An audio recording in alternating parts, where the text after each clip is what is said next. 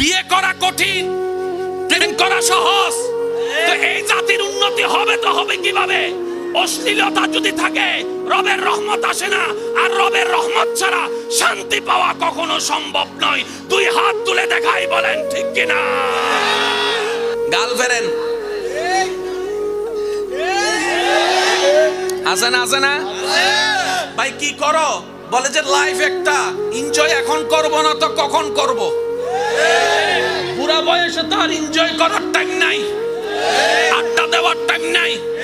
আবার অনেকে করতে চায় না বলে পাশের কিছু শয়তান রূপী বন্ধু আছে যারা কান ফরা দেয়।